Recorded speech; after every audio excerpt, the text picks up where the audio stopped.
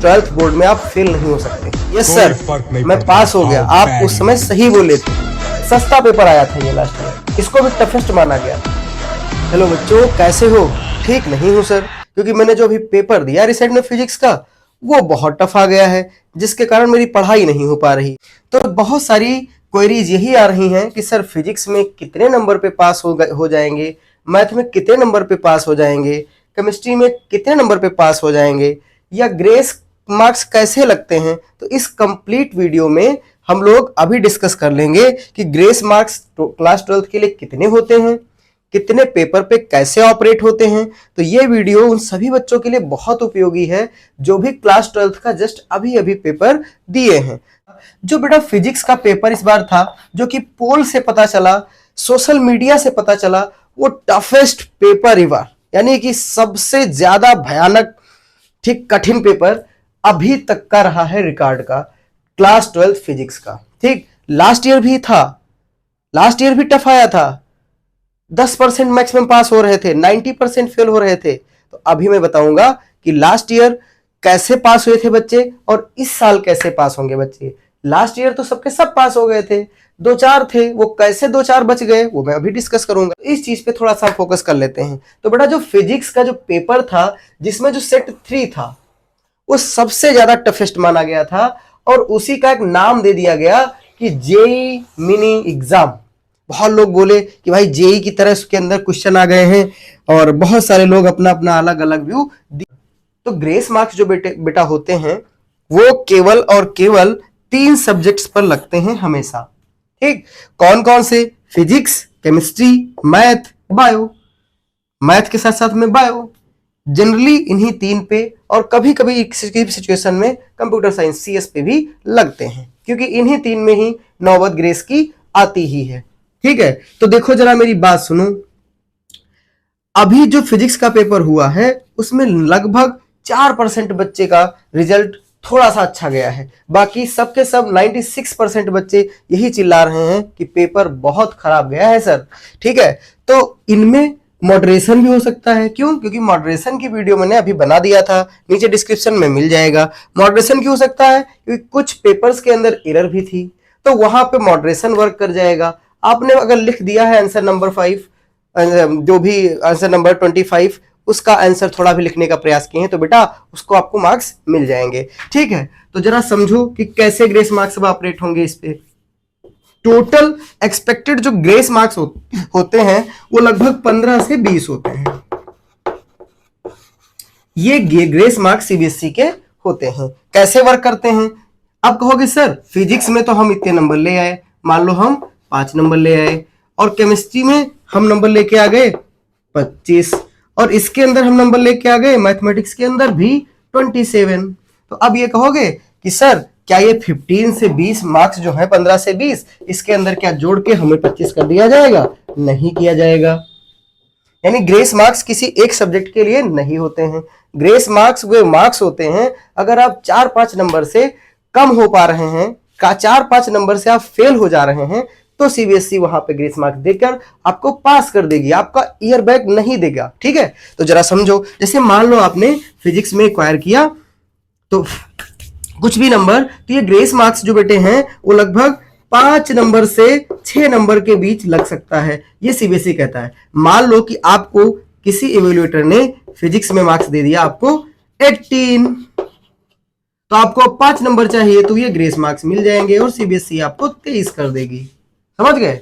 अब जरा समझो, तो ऐसे ही इसमें केमिस्ट्री में भी लगेगा, ऐसे ही फिजिक्स में अच्छा लगेगा। अच्छा, अब तुम ये सोच रहे होगे कि सर मैं तो पास हो चुका हूं, तो क्या ग्रेस मार्क यहां लगेंगे? नहीं लगेंगे। ग्रेस मार्क्स तो बचा के रखा है कि अगर बच्चा फेल हो रहा होगा तो यूज कर लेंगे, बच्चा नहीं फेल हो रहा है तो ग्रेस मार्क इसमें लगा के आपको 29 नहीं करेगा कि 5 नंबर आपको एक्स्ट्रा दे दे।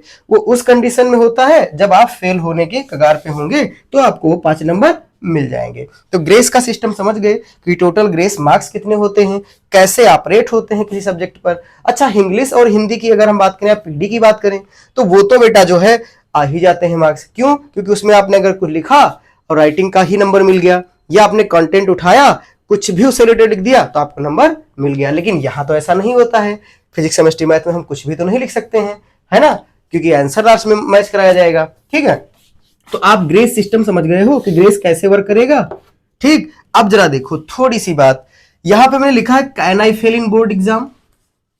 अगर आप क्लास 12th के साइंस के स्टूडेंट हैं तो ये मान लीजिए कि आप कभी भी 12th बोर्ड में आप फेल नहीं हो सकते हैं।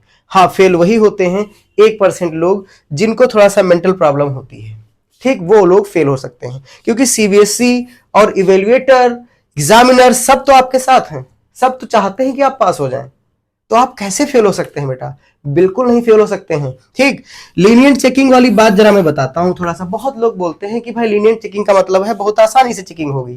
भाई सीबीएसई के अंदर लीनियंट चेकिंग वाला कोई कॉन्सेप्ट नहीं। ठीक, लास्ट ईयर में बताता हूं जो फिजिक्स का पेपर था बेटा, हमारे साथ जो एग्जामिनर लोग गए थे, जो वेलोटर गए थे, मैं केमिस्ट्री का चेक कर रहा था, वो फिजिक्स का चेक कर रहे थे। तो वो कितने नंबर देते थे, टोटल एक दिन में 30-40 कॉपी चेक किए और जब देखा तो उसमें 1 2 3 पास होते थे, बाकी सब फेल हो जाते थे। लेकिन जब रिजल्ट आया तो सारे बच्चे पास हो गए। इसका मतलब अगर सीबीए जो एग्जामिनर था, जो कॉपी चेक कर रहा था, वो तो लीनियर चेकिंग नहीं किया, वो तो उसको उतने नंबर दिया ना। लेकिन ये फिजिक्स मतलब जो सीबीएसई है उसने नंबर देके उसको पास कर दिया। तो लीनियर चेकिंग वाला कोई कॉन्सेप्ट यहाँ एप्लीकेबल आई थिंक नहीं है मेरे अनुसार, जैसे कि हम लास्ट ईयर कॉपी चेक किए थे और जैसे लोगों से पूछे भी, लेकिन लीनियर चेकिंग वाला कोई कॉन्सेप्ट यहाँ नहीं होता है। तो ये चीज आपको सीबीएसई ही करती है। लास्ट ईयर थोड़ा सा पेपर फिजिक्स का टफ आया था, इससे टफ नहीं आया था, इससे कम टफ था, लेकिन फिर भी लोग पास हो गए।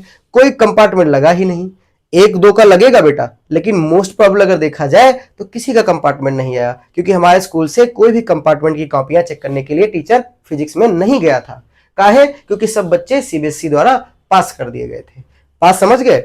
अब अच्छा, सबसे बड़ा कंफ्यूजन ये है कि सर मैं फिजिक्स में इस बार फेल हो जाऊंगा। अभी कहोगे सर 17 आ रहे हैं, सर 16 आ रहे हैं, सर 5 आ रहे हैं, सर 3 आ रहे हैं, क्या मैं पास हो जाऊंगा? फिजिक्स के लिए आपको हमने बता दिया है बेटा कि टेंशन ही नहीं लेना है। अब ये चीज आपको लग रहा होगा कि सब बता रहे हैं या कोई नहीं बता रहा, कोई कह रहा फेल हो जा रहे हैं। ये चीज आपका जब रिजल्ट आ जाएगा मई में, तो आप कमेंट करना कि यस सर मैं पास हो गया, आप उस समय सही बोले थे। ठीक है, तो बेटा मेरे फिजिक्स का बिल्कुल टेंशन ना लो। अगर आपने इतना भी मार्क्स ले आए हो कैसे करके, 8 से 10 11 12 13 जो भी है, आपको 100% मेरी बात देख लेना, ये पास कर दिए जाओगे। क्योंकि सीबीएसई इसमें कई सारी चीजें लगाएगी, ग्रेस मार्क्स, मॉडरेशन, क्वेश्चन के अंदर एरर, ठीक है, बच्चे ने कितना अटेम्प्ट किया है, कितने बच्चे टोटल अटेम्प्ट किए हैं, ठीक है। तो इसमें सब कुछ लगा के आप देख लेना। आप भले ही इसमें चले जाएं पीछे, लेकिन इसमें बेटा पीछे नहीं जा सकते हो, इसमें आप पास हो ही जाओगे, हो ही जाओगे, हो ही जाओगे। तुम देख लेना, बाद में कहोगे यस सर आप सही थे। ठीक है, तो बेटा इसके लिए अब बिल्कुल टेंशन मत लेना। अच्छा, एक चीज और, जो लोग मुझे कॉल करते हैं उनसे मैं रिक्वेस्ट करता हूं कि भाई वो 9 बजे के बाद ही कॉल करें, है ना, 9 PM के बाद कॉल करें। मुझे मैसेज एक ड्रॉप कर दो व्हाट्सएप पे, उसके बाद मुझे कॉल कर दो। ठीक है, तो इसलिए मैंने उस पर लिख भी रखा है, जहां पर मेरा नंबर पड़ा हुआ है वहां लिख भी रखा है कि 9 बजे के बाद मुझे कॉल करें। ठीक है बेटा, ठीक है। अब ये बात समझ गए। अब रही बात केमिस्ट्री की, तो बेटा अगर केमिस्ट्री में भी आप इतने नंबर ले आ रहे हैं, आपके 14 अराउंड आ रहे हैं, बात सुन लो, ये सच है। अगर आप 14 नंबर ले आ पा रहे हो, तो केमिस्ट्री के अंदर सेट 1 सेट 2 सेट 3 आपको कुछ बच्चों को टफ लगेगा, लेकिन इसमें कोई टफेस्ट वाला एग्जाम नहीं था। तो इसमें सेट 1 सेट 2 सेट 3 चाहे जो सेट हो, आप अगर इतने नंबर ले आ रहे हो, इतने नंबर आप ले आ रहे हो, इतने नंबर आप ले आ रहे हो, तो आप पास कर दिए जाओगे। क्योंकि यहां तुमको जो कॉपी आपकी चेक कर रहा होगा वही पास कर देगा 23। और मान लो अगर किसी ने नहीं भी किया, तो आपको सीबीएसई पास कर देगी। इतनी सारी चीजें आपके साथ हैं, फिर भी बच्चे 12th में कैसे जो है फेल हो सकते हैं बेटा। ठीक है, तो ये केमिस्ट्री वाला कॉन्सेप्ट ही आप हटा दीजिएगा अगर आप इतना खींच दे रहे हैं। और जो 19 20 और 17 वाले हैं वो तो हैं ही पास, उनमें कुछ करना ही नहीं है। लेकिन जो ये भी बच्चे अगर इतना भी आप पहुंच रहे हो, तो इनको भी टेंशन लेने की आवश्यकता नहीं है मेरे भाई। ठीक है, अब रहा मैथमेटिक्स में थोड़ा सा सेट 3 में दिक्कत है बच्चों को।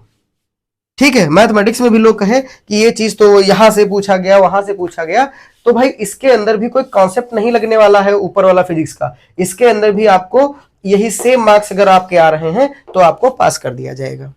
हालांकि मैथ के अंदर तो सारे बच्चे पास हो जाएंगे। कहो क्यों? क्योंकि उन्होंने तो कुछ ना कुछ लिखा होगा, हर एक क्वेश्चन में अटेम्प्ट किया होगा, है कि नहीं।